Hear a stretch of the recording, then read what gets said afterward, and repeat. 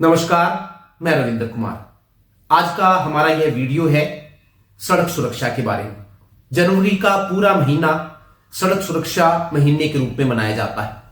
इस पूरे महीने में केंद्र और राज्य स्तर पर लोगों को सड़क सुरक्षा के प्रति जागरूक करने के लिए अनेक कार्यक्रम आयोजित किए जाते हैं। स्कूलों और कॉलेजों में भी बच्चों को सड़क सुरक्षा से परिचित करवाने के लिए प्रश्नोत्तरी प्रतियोगिताएं, भाषण प्रतियोगिताएं आयोजित की जाती है।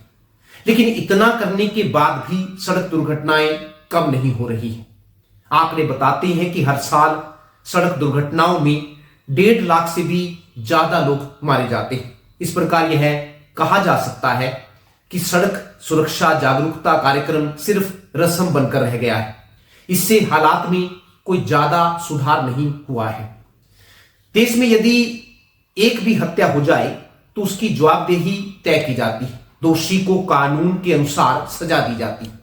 लेकिन सड़क दुर्घटना में जान जाने पर शायद ही किसी से स्पष्टीकरण मांगा जाता है। सरकार भी सड़क दुर्घटना में मारे गए लोगों को थोड़ा बहुत मुआवजा देकर अपनी जिम्मेदारी से पल्ला झाड़ लेती है। भारत में हर साल कितनी सड़क दुर्घटनाएं होती हैं और इनमें कितने लोगों की जान जाती है, कितने घायल होते हैं, इस बारे में जो आंकड़े सामने आए हैं वे हैरान करने वाले हैं।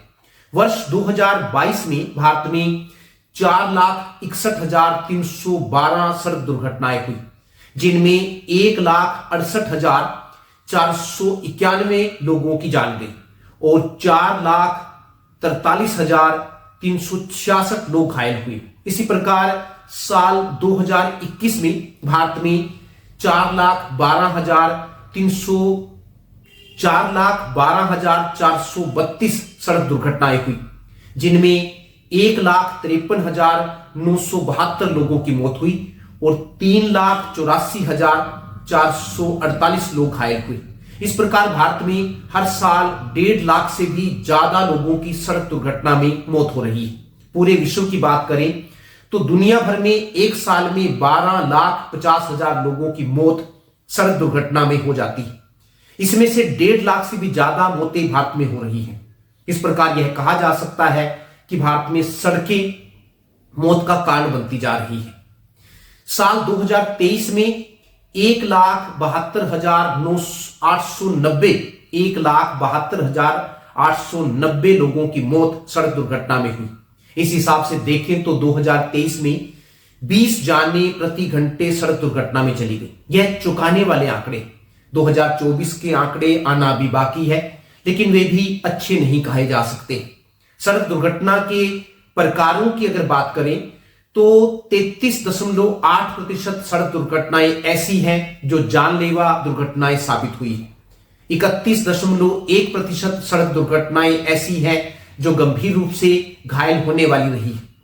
29.3% सड़क दुर्घटनाएं ऐसी रही हैं जो मामूली रूप से जख्मी होने वाली रही है और सिर्फ 5.8% सड़क दुर्घटनाएं ही ऐसी रही हैं जिनमें सिर्फ व्यक्ति घायल हुए।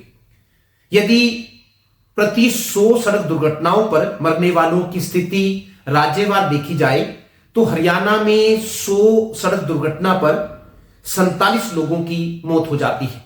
गुजरात में यह आंकड़ा 47 का है, उत्तर प्रदेश में 54 का है और उत्तराखंड में 62 का है। अरुणाचल प्रदेश में यह आंकड़ा 65 का हो जाता है। कहने का मतलब यह है कि 100 सड़क दुर्घटनाओं में अरुणाचल प्रदेश में 65 लोगों की जान जा रही है।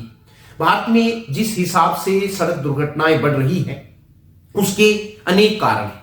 सड़क दुर्घटना का सबसे बड़ा कारण कानून को सही प्रकार से लागू न करना है।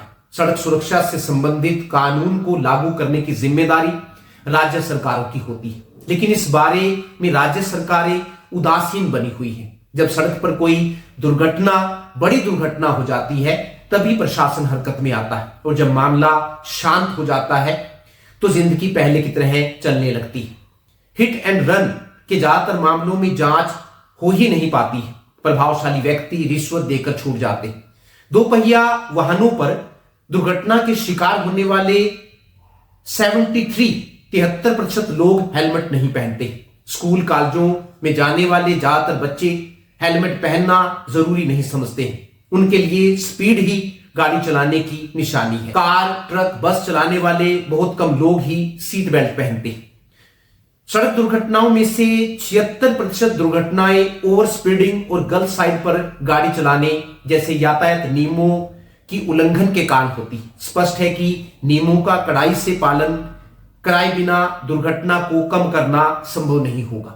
देश के ज्यादातर राजमार्गों पर दुर्घटना स्थल पर पीड़ित को अस्पताल तक ले जाने के लिए एम्बुलेंस की कमी, जिसके कारण दुर्घटना में मरने वाले लोगों की संख्या लगातार बढ़ती जा रही है। देखने में आया है कि दुर्घटना होने पर लोग एम्बुलेंस को फोन करते रहते हैं, लेकिन जब तक एम्बुलेंस आती है तब तक व्यक्ति सड़क पर ही दम तोड़ देता है। कई मामलों में राहगीर ही दुर्घटनाग्रस्त व्यक्ति को अस्पताल पहुंचाते हैं। सड़क दुर्घटना के कारण होने वाली 80% मौतों के लिए वाहन चालक प्रत्यक्ष रूप से जिम्मेदार होते हैं। यह आंकड़ा बताता है कि देश में अच्छे ड्राइविंग स्कूलों की कमी है। भारत में ज्यादातर लोग अपने आप ही गाड़ी चलाना सीखते हैं।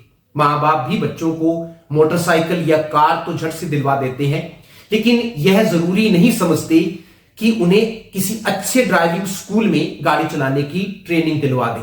इस प्रकार बच्चा बिना ड्राइविंग के ही सड़क पर गाड़ी दौड़ाने लगता है। ज्यादातर सड़क दुर्घटनाएं ऐसी भी देखी गई है जहां दो चार दोस्त गाड़ी लेकर बाहर घूमने गए और ज्यादा स्पीड में गाड़ी चलाने पर दुर्घटना का शिकार हो गई। माता पिता को भी अपनी जिम्मेदारी समझनी होगी। यह कहने से काम नहीं चलेगा कि आजकल के बच्चे मां बाप की सुनते कहां हैं। सड़क पर लगाई गई आधे से ज्यादा ट्रैफिक कंट्रोल डिवाइस जैसे कि संकेत, सिग्नल और सड़क चिन्ह निर्धारित मानकों को पूरा नहीं करते। वे या तो दोषपूर्ण है या सही तरीके से नहीं लगाए गए हैं या पूरी तरह से सड़कों पर से गायब ही होते हैं। कई बार तो स्पीड ब्रेकर ही जानलेवा बन जाते हैं। कई मामलों में लोग ही सिग्नलों को तोड़ देते हैं। यदि ट्रैफिक कंट्रोल डिवाइस ठीक प्रकार से लगे हों तो सड़क पर सुनिश्चित, सुरक्षित और अनुशासित आवागमन सुविधाजनक बन सकता है। भारत में सड़क दुर्घटनाओं में लगातार वृद्धि हो रही है। 2010 में 1,34,000 सड़क दुर्घटनाएं हुई थी। यह आंकड़ा साल दर साल बढ़ता ही जा रहा है। वर्ष 2023 में 1,73,000 लोगों की सड़क दुर्घटना में मौत हुई। चिंताजनक सवाल यह है कि इस तरह के नुकसान के लिए किसे जिम्मेदार ठहराया जाए। आमतौर पर सड़क दुर्घटना के लिए वाहन चालकों को दोषी ठहराया जाता है, लेकिन सिर्फ सड़क का उपयोग करने वालों को ही दोष देना और सड़क प्राधिकरणों, परिवहन विभागों, प्रवर्तन एजेंसियों और विधायी निकायों की विफलताओं को अनदेखा करना सरासर गलत है। यह सही है कि ज्यादातर मामलों में वाहन चालकों का दोष होता है, लेकिन सरकार भी कम दोषी नहीं है।